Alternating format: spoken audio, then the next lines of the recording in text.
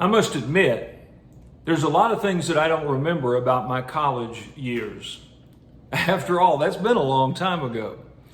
When I was a student back in the 1970s, I was introduced to a number of concepts that were new to me, but one concept that was introduced way back then I have never forgotten.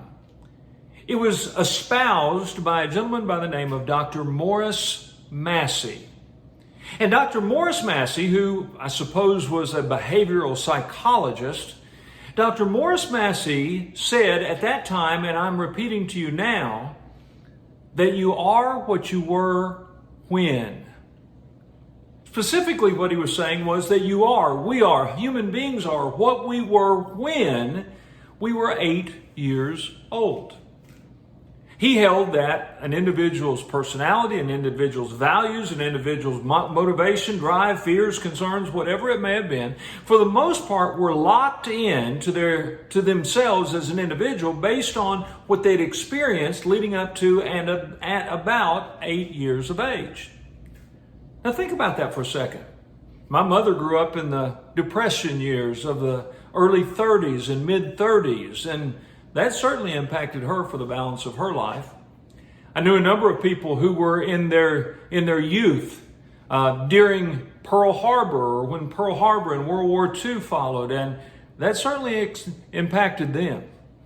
For others of us in more recent years, you might be thinking about maybe the 60s and the assassination of John F. Kennedy in early the 60s, and later in that decade, the assassination of Martin Luther King, and how a country's innocence was lost.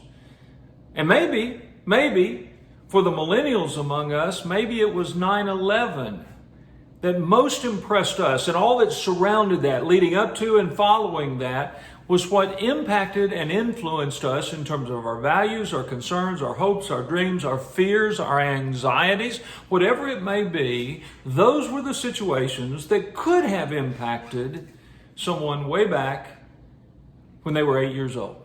Now, you may be thinking, well, I'm long past my 8th birthday, so for good or for bad, my die is cast. Well, maybe. But there is one other concept that Dr. Massey espoused that I want to share with you today. He did say that we are basically who we were when we were 8 years old, except for this one exception. He called it an SEE, a significant emotional event. He said when individuals, regardless of what age they are, experience significant emotional events, it's very possible that that event can be so significantly emotional to them that it changes what they believed in their foundational belief system or value system. It changes it because of the experience that the person has in the moment. And that's pretty impressive. Now, Massey said it could have been an experience that proves to be an SEE, or it could have been a book you read, or a movie you watched, or a relationship you had. In other words, it could be anything that taps into the emotion of the individual. Now, why do I bring this up? Today, as I'm filming this, it's been about 125 days since America and the world was rocked by COVID-19.